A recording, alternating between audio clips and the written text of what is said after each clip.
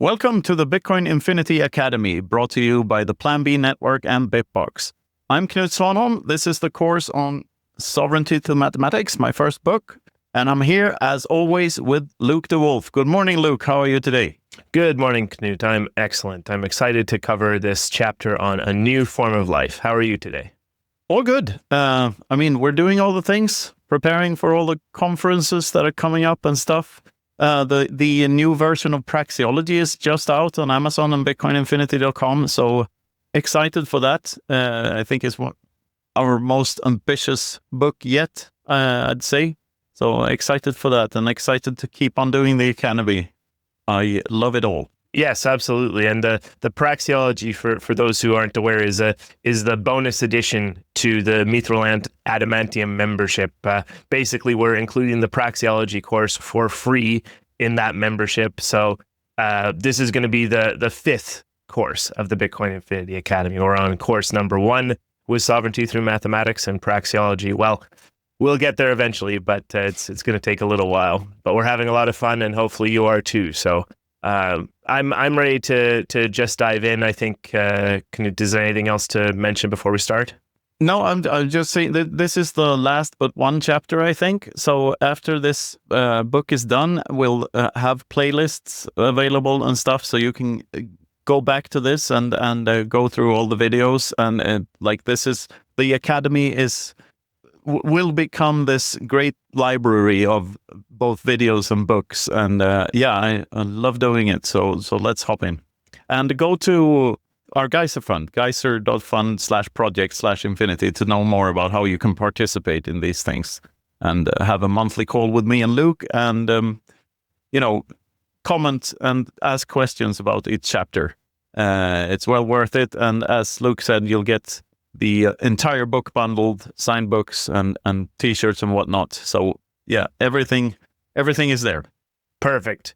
And with that, let's get started. A new form of life. It's not easy to define the properties that would deem an entity a new form of life. There's no consensus among scientists or nations regarding the definition of what a life form is.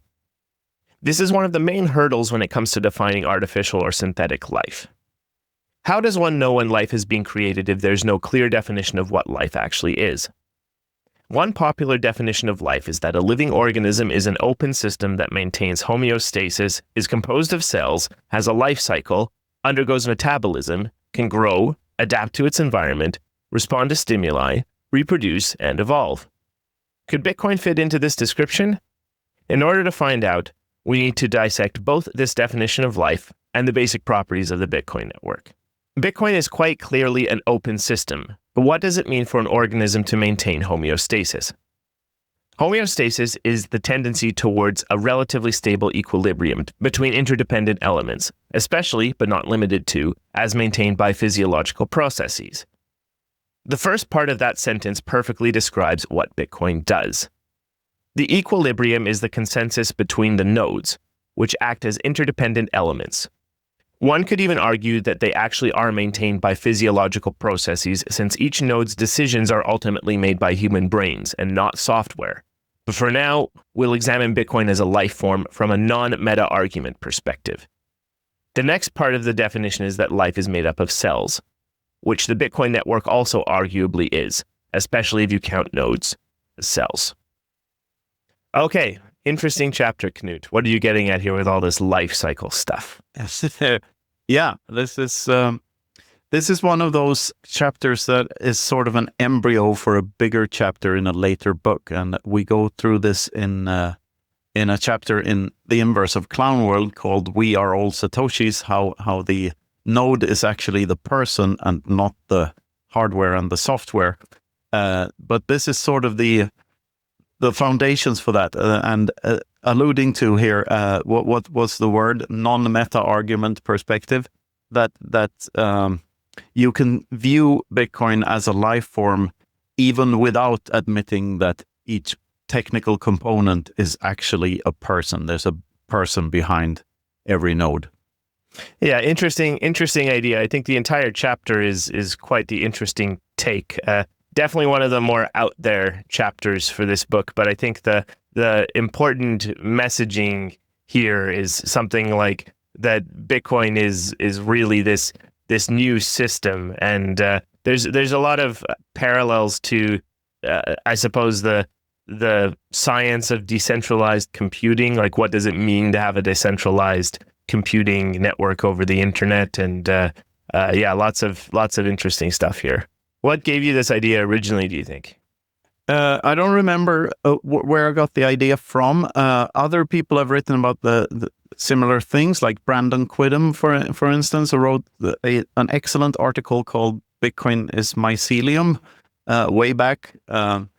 These two are written around the same time. I don't remember if I read that before I wrote this, but I knew there were other things written about Bitcoin being some kind of life form when this book came out. So as most of us authors or writers writing about Bitcoin do, we sort of funnel ideas from here and there and give our own takes on it. But influences come from everywhere, and this I just wanted to explore the idea, so I looked up this definition of life and started from there and tried to explain Bitcoin from that perspective. Even though it's mostly a mental gymnastics, if you want, like brain mental gymnastics in the sense that it's a brain exercise. I still think it's interesting to see things from this perspective. Bitcoin being this great cardiovascular system of value between human beings. Excellent. And maybe we should continue with the exploration. Get into it a little more deeper. Absolutely. A life cycle is defined as a series of changes in form that an organism undergoes, returning to the starting state, according to Wikipedia. The life cycle of the Bitcoin network is still unclear, but it seems unlikely that it will ever return to its starting state. What is more likely is that while we have witnessed its birth, it is highly unlikely that any human alive today will outlive the network, so we won't have any way of knowing. This is not unheard of in nature either, however. A species of fungi called Armillaria ostoyae, or the humongous fungus, in the Blue Mountains of Oregon, is one of the largest and oldest organisms ever known to man. This mushroom network is estimated to be between 2,500 and 8,500 years old, based on its current growth rate. No one knows what its life cycle looks like in perfect detail. Okay, so just a comment here, I guess, about that Bitcoin might not be satisfying one of the definitions of life, but it's parallel to like a fungus, something like that. Yeah, it may have life, but it's unclear if it has death. That's sort of the point of this. I guess at some point there will only be one sat left because of the unforgiving nature of the arrow of time. However, that is, if Bitcoin just keeps on functioning the way it does, that will take a long time for sure. Yes, practically irrelevant to anyone who is alive today. Basically, it's on the same level as heat death of the universe type stuff. Would you say? Not quite, but close. I mean, it's still a smaller time scale than that. That's the autist answer, I guess. But the heat death of the universe is quite far away in time wise. Probably a lot later than whenever Bitcoin dies.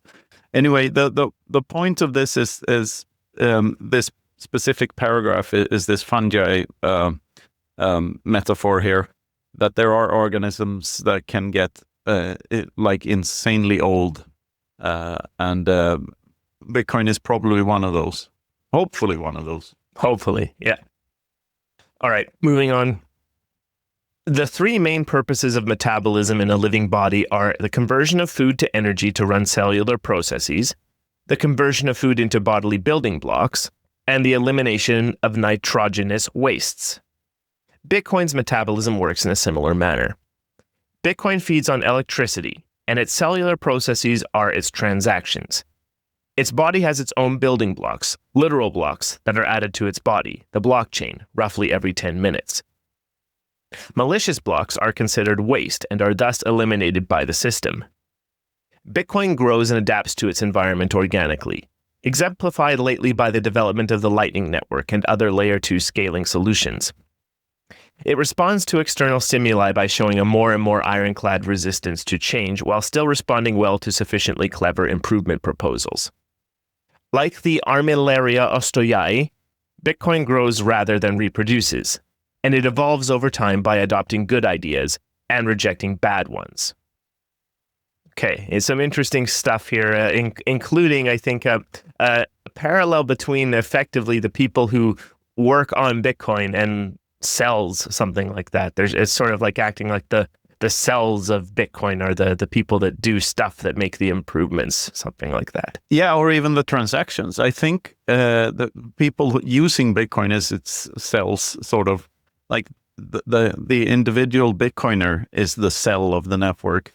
Here, I could, if this was written in after February 2023, I might have added something about cancer tumors in these cells in the form of JPEGs and other arbitrary data that can infect the cell from within, and like that, the organism will have to figure out a way to survive this cancer and remove the tumors from itself.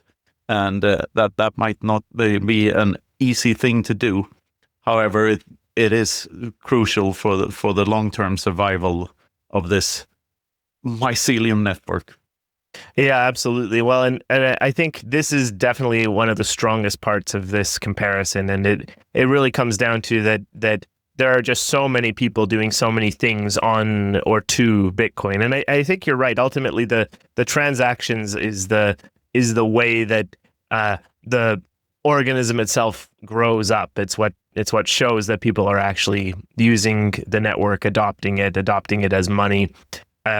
But I think part of my other point is that when people are doing development on Bitcoin and actually making changes that might eventually lead to some kind of actual change, like if we're using the fungi metaphor, like splitting off a different branch of the fungus in a hard fork type sense, or I don't know what a soft fork exactly would look like, but yeah, change is being made similar to how the cells in the body can make changes. Like if you stress your body by lifting heavy weights or something, your body responds and does stuff a little differently. And I think that's how Bitcoin reacts to sort of external stimuli, like the way people are using Bitcoin, and sometimes people have to make adjustments, fix bugs, stuff like that.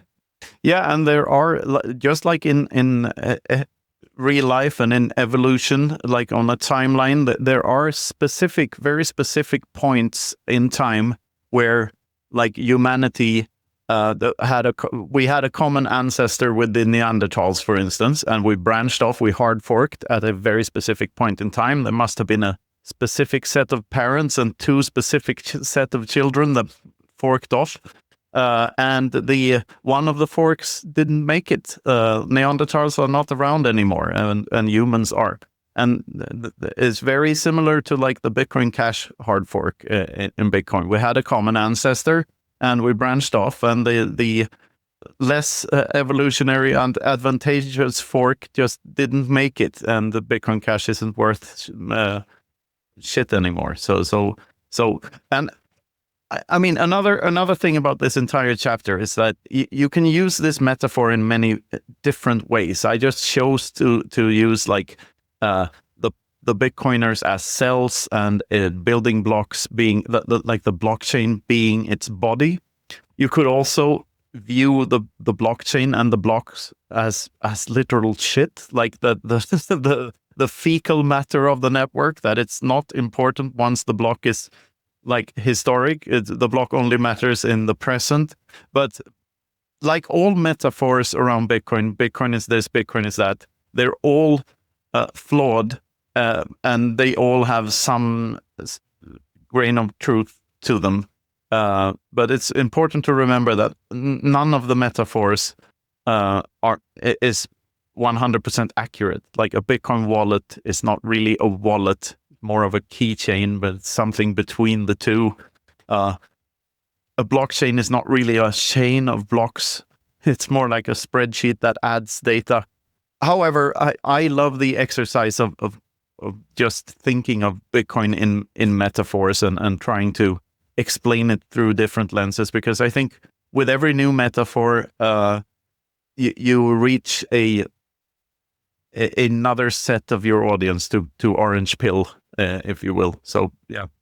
I definitely agree with that. And let's read one more short paragraph here before making a couple more points along this specific line. The notion of Bitcoin as a life form may sound far-fetched and even a bit silly, even though a lot of its properties fit the bill. What we do know about it is that it is very unlikely to go away or stop functioning in the foreseeable future. Whether or not Bitcoin is alive is up for debate, but it can't be killed, and that ought to mean something. We should study it carefully and try to be as unbiased and humble as possible when drawing conclusions about it. I have some thoughts about this, but what do you think? Would you change anything about this paragraph in the current era? No, I immediately come to think about something Michael Dunworth said in Sydney a couple of months back. And that is like, Bitcoin is the first thing that humans have built that humans cannot destroy. And I just love that framing, like, because it's truly unique in that particular sense. Yeah, here we may go into that Bitcoin actually could be killed if we don't survive this latest attack or whatever. I still think there's a high likelihood that it can't be killed. So what were your thoughts? Well, basically along that exact line, I think that it's not necessarily about Bitcoin being killed or not. I think Bitcoin, the network, Bitcoin, the technology, that might actually be the thing that can't be killed. Because as long as people are using it, right, then that's okay, good. That thing isn't dying, right? But I think the thing to be a warning about, maybe the metaphor of these monkey JPEGs and all this DeFi stuff and whatever else that people are trying to throw into Bitcoin, maybe it's not necessarily cancer exactly as the right thing, but maybe more like a genetic splicing, turning Bitcoin into something that it isn't, or something that it wasn't intended to be originally, right? Bitcoin as money is absolutely under threat here, in probably a low chance, but if Bitcoin stops being used as money, you can debate whether that means the thing is dead or not. To me, it would be dead if Bitcoin gets completely captured and doesn't actually end up being used as money anymore. It's just a piece of technology being used to facilitate scammers and government crap. Then what is Bitcoin? I mean, this is a great question. So imagine if during the Bitcoin Cash hard fork that the quote unquote good fork would have been the minority fork and the bad fork would have been the bigger one. Which might be the case if we hard fork in the future and you get Bitcoin database and Bitcoin money, right? And right now, Bitcoin database, according to how many nodes, like we're 10.5% Bitcoin knots nodes. So let's say that the Bitcoin database is 10 times bigger, and all the, shitcoiners and, exposure to Bitcoin people win this race, and they keep on using this type of Bitcoin. That might go on for like 100 years, that being dominant, but Bitcoin money could still exist in the background. And it's only when this Bitcoin database chain is so clogged that it's not decentralized by any stretch of the imagination anymore that people will wake up to, holy shit, this smaller fork was actually the real deal. And there is a scenario where we fork off and then come back in like 400 years from now and become the dominant fork anyway. So like, it doesn't necessarily mean that Bitcoin dies if it forks off and one of the forks stays dominant for X amount of time. That doesn't mean it was killed.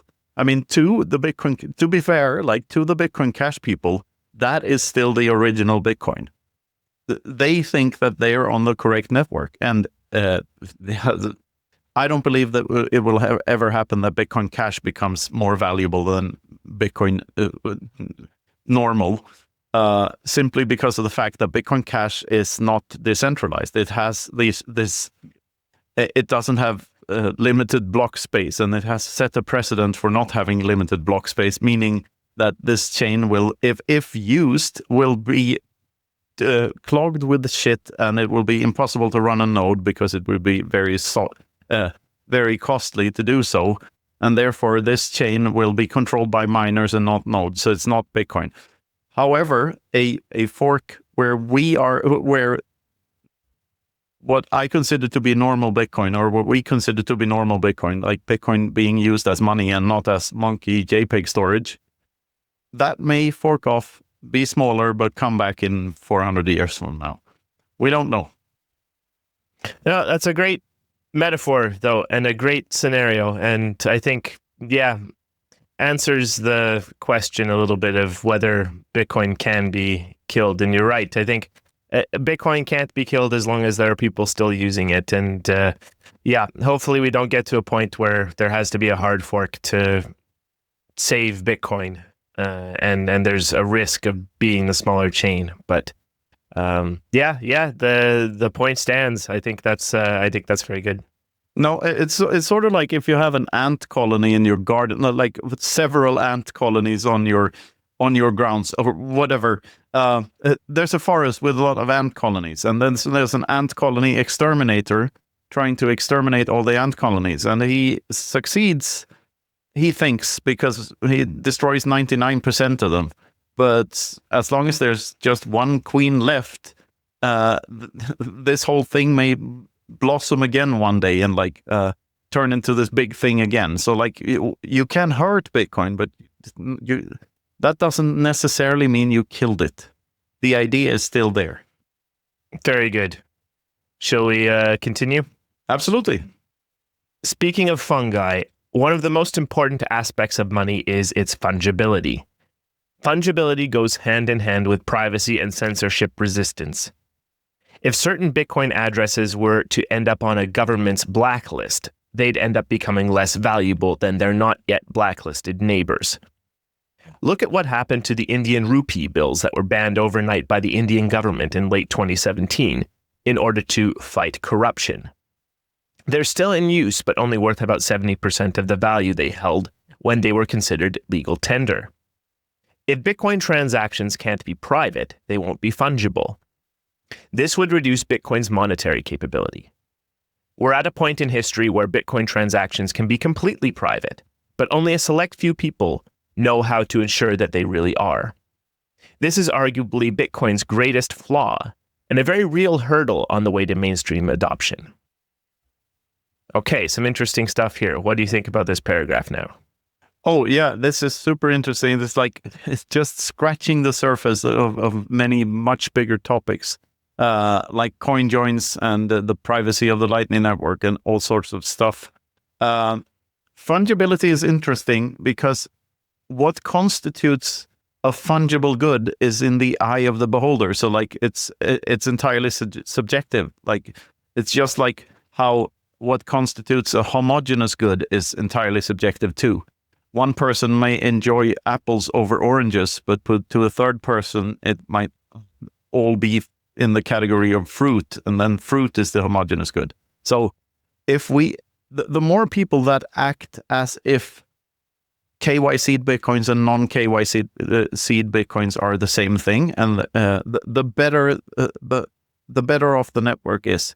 The more people treat some sats differently than others and believe false narratives such as the rare sat, like there is no such thing as a rare sat. Every sat is created equal. Not all men are created equal, but all sats are. There is no such thing as a rare sat. So I am a proponent of Bitcoiners should treat their sats equal. Even though it might be clever to have a non-KYC stack and a KYC stack if you want to use them for different purposes, the SAT itself should have the same value to you. You should view it as the same thing. I think this is good for the entire network. And the more coins that are coin joined and the more coins that are harder to trace, the better off the network is, because it's really harder for legislators to differentiate between the two. And having said all this, like already in its normal state, Bitcoin is entirely anonymous. People say pseudonymous, but I really don't think it is, because you cannot prove that another person does not own all the Bitcoin ever. It is possible for everyone to be aware of the same information, and a Bitcoin private key is just information. So you can't really prove that someone does not own a Bitcoin. Theoretically, everyone on Earth could own all the Bitcoin and know all the private keys. The likelihood that they do is low, but there is no way to prove that they don't. So we're trying to prove a negative by associating certain Bitcoin with certain people. You only own them in the sense that you have the access to the key that unlocks them, so you can move them on the network. But it's not really ownership, and there is so much here. Yeah, absolutely. And I think the interesting thing is, I think the coin joining and privacy on Bitcoin on chain thing was a bit bigger a couple of years ago here. Certainly it was more in the news when, for example, Samurai and Wasabi were both essentially shutting down. Wasabi is still going on, albeit not coordinated by the wallet itself. So you have to go find your coordinators and all this. And so I think you do have a lower usage rate, which isn't all that positive. But I really like your point that Bitcoin basically is private by default. It's private unless you dox that you have this address, basically. And it's private to everyone except the people who know about the transaction, right? The two people involved in the transaction. If I'm sending you a Bitcoin transaction, Knut, you'll know the address that I sent it from was mine, and I'll know the address you gave me is yours at that time, period. And so if you do some silly things like start sending the Bitcoin that I gave you to, a porn site or whatever, or to a known cocaine dealer or something like that, that would be, I would know that you're doing some fun things, and maybe I would want to hang out with you that evening. But the main thing is you have to get yourself doxed. You have to intentionally leak out that I have this address, right? And there are so many ways to minimize that these days. And simply by sending your Bitcoin from one address to another is usually enough to pretty much break all linkages. If you do it even 2 or 3 times, maybe okay, you'd be out your transaction fees, but really no one would have any idea what's going on there. And there's debates about kind of reporting structures with Bitcoin and all this. And like I know that if I purchase Bitcoin from an exchange and then send it to an address, like okay, that is known. That is 100% known as far as I'm concerned, that someone has that I have this Bitcoin, and if I'm sending it around or whatever, I'm paying for stuff, this and that, like that can be traced. That is known. But it's not the case with if you're receiving Bitcoin for your goods and services, or if you're buying Bitcoin for cash from a buddy, something like that. So Bitcoin privacy is a really complicated topic, and I'm not sure it's as relevant as it used to be. Maybe there was more there were more issues. There's more paranoia about it previously. I don't know. Yeah, the more time that passes, the more of a non-issue it becomes, because all the coins get mixed up. Then the older the network becomes. So, but for instance, if I take my coins off an exchange, if you do that, if you have them KYC'd on an exchange, and you send them to a certain address, make sure you immediately send them to another address, and thereby you destroy that link. And you can't, the exchange can't give the authorities the information that you bought them at one point and then you spent them at another point, and therefore there's capital gains tax and stuff. If you immediately send them to another address, it's very likely that they don't know that if you still have them or not. So no cap gains tax. So there are so many measures you can take. And also, if I, like you said, if I receive a Bitcoin from you, you can know when I spend it and how much of it I spent. But that requires you to monitor it. So it requires an active participation in spying on me from you. And also, if I immediately send them into CoinJoin, and you cannot know what amount came out the other end. So there are ways of doing this stuff, and the harder we make it for these third parties and the chain anal companies that try to quote unquote prove who owns what in Bitcoin, like we should actively try to make their life hell, because what they're doing is highly immoral and not even proof at all. You cannot, as I said before, you cannot prove that someone doesn't own a Bitcoin. So it's all vaporware. Yeah, I really dislike it. I'm completely with you. I think the next paragraph also touches on a little bit more of this stuff here. So let's read that one also. So, how many privacy measures does the average user need to take? Just as when it comes to storage, it depends on the user's knowledge level. Most users should probably be more careful than they are right now, but there's little reason to be paranoid. It's still very hard to prove that a specific transaction was made by a specific user. The whole ordeal is somewhat akin to the fight against the BitTorrent network 10 years ago. The copyright lobby found different means of scaring off users in different parts of the world, banning websites, prosecuting providers, and so on. But the network itself is still thriving, and torrent files are as accessible as they ever were. A lot of heads will probably have to roll before Bitcoin is accepted everywhere. But just like they couldn't fight file sharing, governments won't be able to fight Bitcoin.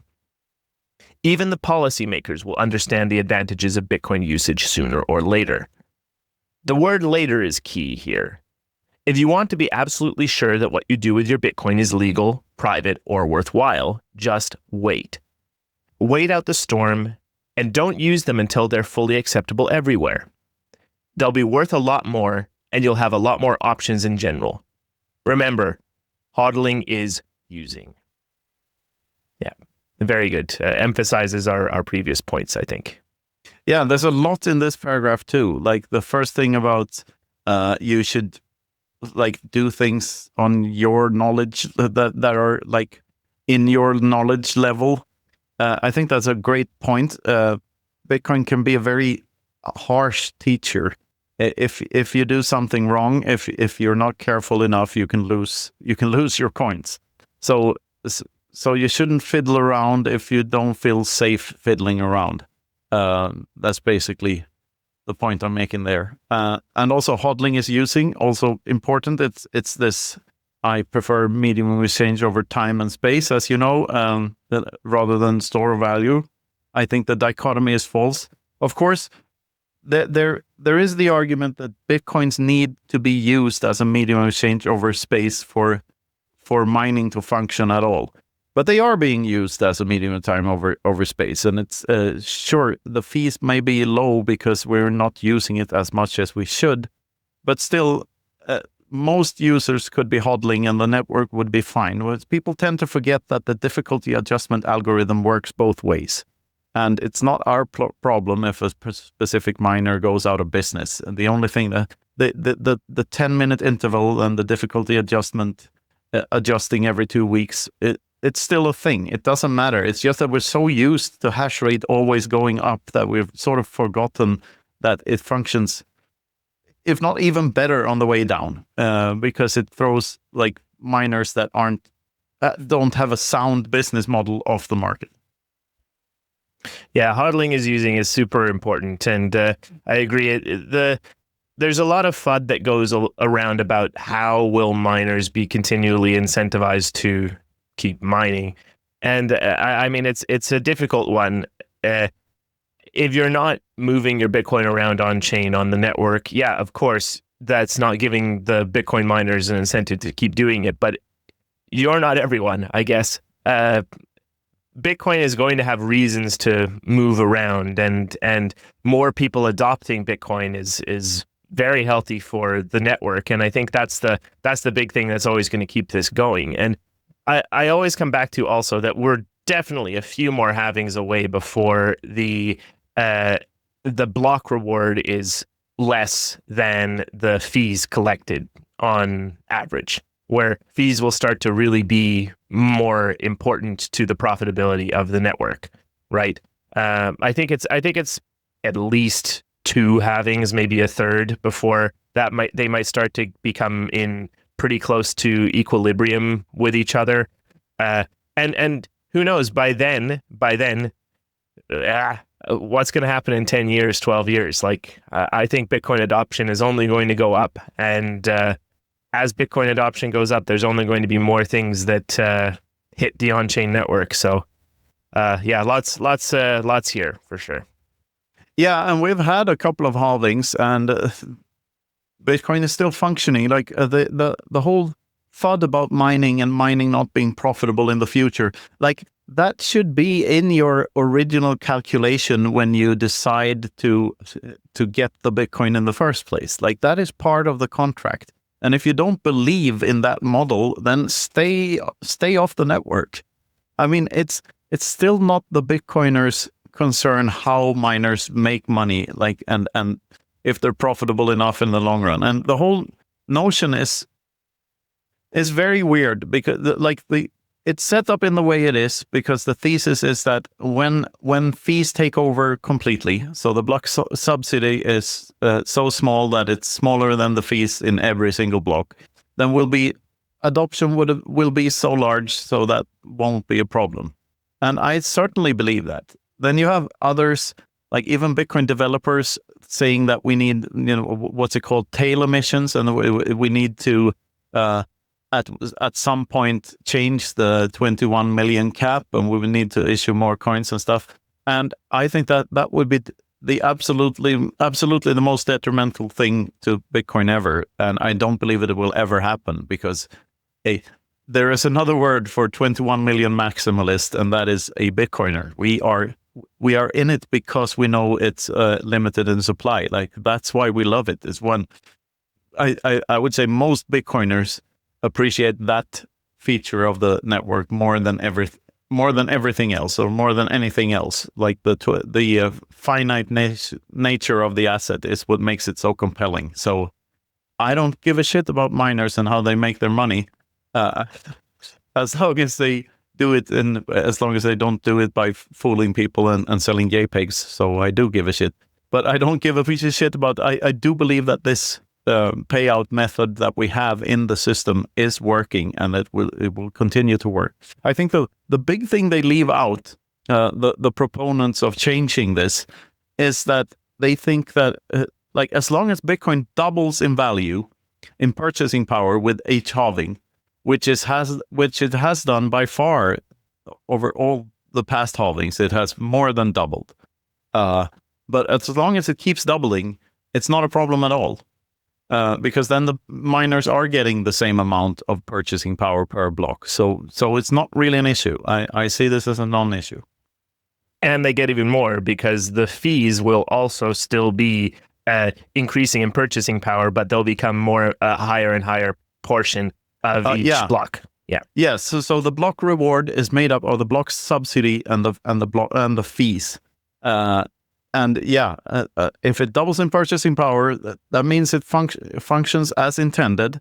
The fee, the subsidy goes down, but it's still worth as much, while the fees double in purchasing power. So like it is the system functioning exactly as intended.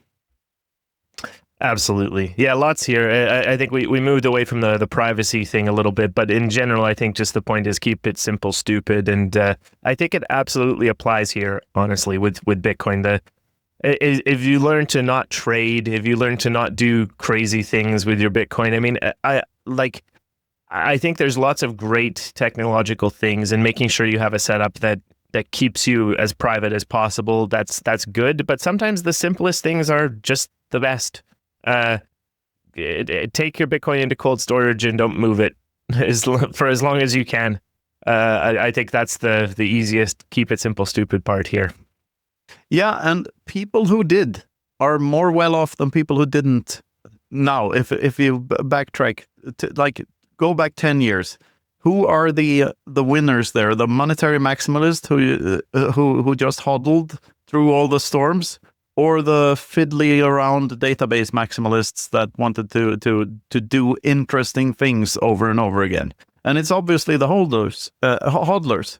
And this is a huge part of why these other people that promote other use cases and such things are so eager to do shit and eager to promote this bullshit narratives. Because they never understood Bitcoin as sound money in the first place. So that's why we have this discrepancy in opinion, if you will. Struggling to find the correct words here, but there is something there that the more you understand Bitcoin as money, the more Bitcoin rewards you for understanding that aspect of it, and the less the counterpoint to that, the opposite is also true. Like the less you appreciate Bitcoin as money, the more Bitcoin will punish you for not understanding it as money, and this is a very underrated part of any debate about what we should do with Bitcoin. Oh, very much agree. I think let's end off the chapter here and see if there's any summary points. Sure. One of the greatest hidden perks of Bitcoin adoption is that it forces people to think for themselves. First, it forces the user to think about computer security. In order to store your Bitcoins safely, you have to know what you're doing, what software and hardware you can trust, etc. It is virtually impossible to do anything online without trusting any third party. Every piece of hardware and software inside and in between each of the two computers communicating could potentially be corrupt. In Bitcoin, the cautious user will be rewarded, and the reckless user will be punished eventually. This is also true for Bitcoin's on and off ramps. And the less cautious user is always more likely to end up in legal trouble. The coming tsunami that is hyper-Bitcoinization is scary, but a skilled surfer can expect the ride of his lifetime. All right. So this summary paragraph is a little less of a summary, more of a kind of ending point to this aside about privacy and adoption and hodling and all this. And so we can get back to the original point here before we close. But interesting. And I think it just reinforces the exact thing we were talking about. You need to take responsibility for yourself, a common theme that comes up in all of our books, basically. Yeah, and it's about this. I tweeted about this yesterday, I think. It's if you would have listened to toxic Bitcoin maximalists instead of all the other types of people you could have listened to, like traders and influencers and whatnot, shitcoiners, shitcoin apologists, Bitcoin first companies, all of this other stuff, then you would have had more. If you had listened to the Bitcoin maximalists instead, you would have had more money, more security, more privacy, and more sovereignty than if you had listened to anyone else. And that will be true for the coming 10 years too. Because Bitcoin maximalists, all we do is warn people about bullshit. That is our only goal. Like we want people, sure, it pumps our bags. If Bitcoin purchasing power goes up and if Bitcoin continues to function, we will be rewarded for it. So we do have an incentive to do so. But the incentive we have is to tell people to not trust but verify. The incentive we have is to keep the network decentralized so it functions over time. The incentive we have is all based on honest stuff, which is not true for any of the other quote-unquote influencers. So be very careful out there. Don't trust, verify.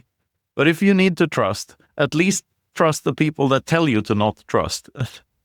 to don't trust but verify. That's the gist of it. Yeah, definitely. I mean, there's a little bit of a meta thing here for us.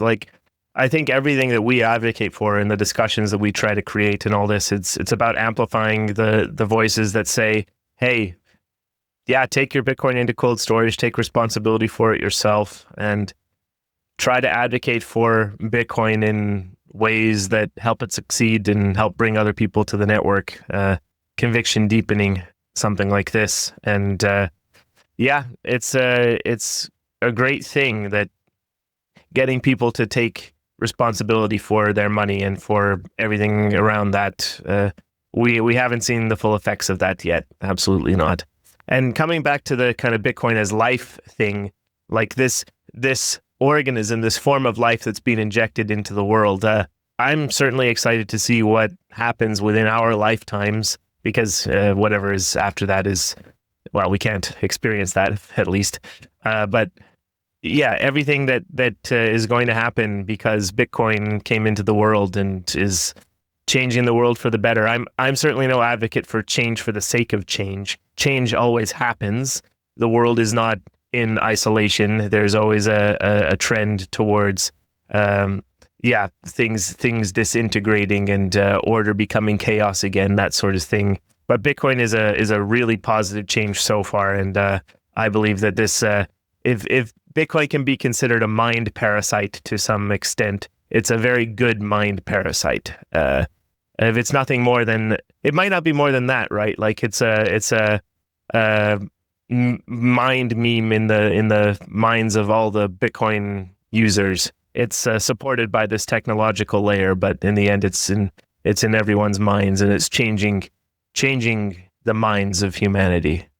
It's my turn to go ultra deep here. That was my Knut impression, something like that. It's beautiful. No, it's absolutely beautiful. And the bigger this thing becomes and the more attention it gets, the more it attracts noise. So it's very hard to find the signal in the noise. Like the purists are the growth of the purists is slower than the growth of the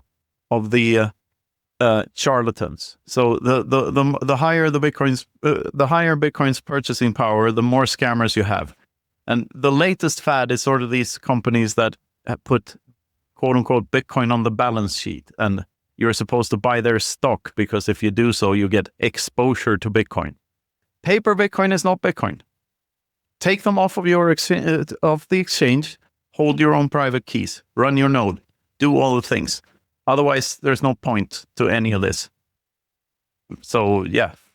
With that, I think we're done with Bitcoin as a life form chapter thingy here.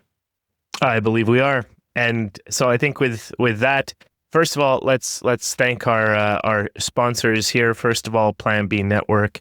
If you're interested in more interesting Bitcoin education resources, not quite exactly like this one, but maybe a little more accessible and differently formatted, go to planb.network and check out everything they have going on there. You can actually enroll in a couple of full-fledged courses. There's a business course going on right now. They have a developer course. They've got plenty of other fantastic things, but they also have tons of free educational resources that are being translated into tons of different languages also. And it's really a great place to point new coiners, your friends, people who are just getting interested in Bitcoin, and also to Bitcoiners if you want to really dig deep into many of the important topics as well. There's something for everyone, and I'm really glad that the Bitcoin Infinity Academy is a part of Plan B Network. Absolutely, I agree with all of the above points. It's great to be collaborating with Plan B Network, and we hope to keep this collaboration going far into the future. We have a lot to do there. They have sort of taught us that we're educators, haven't they, Luke? Exactly. That's a funny realization, but I guess that is what we're doing. We're on the conviction deepening side of the education, but we are absolutely on the side of the education.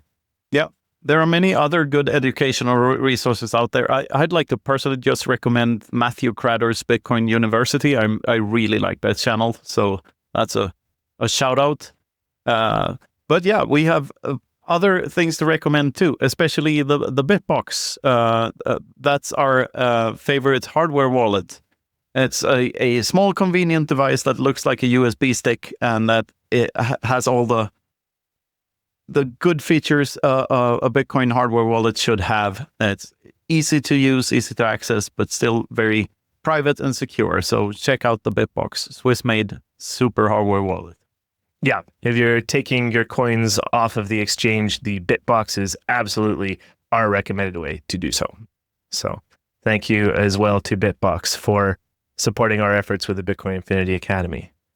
And I think it's also worth mentioning here that we've just released the Praxeology book, the new edition of Praxeology, The Invisible Hand That Feeds You. It's available now on BitcoinInfinityStore.com, as well as on Amazon if you prefer getting it that way.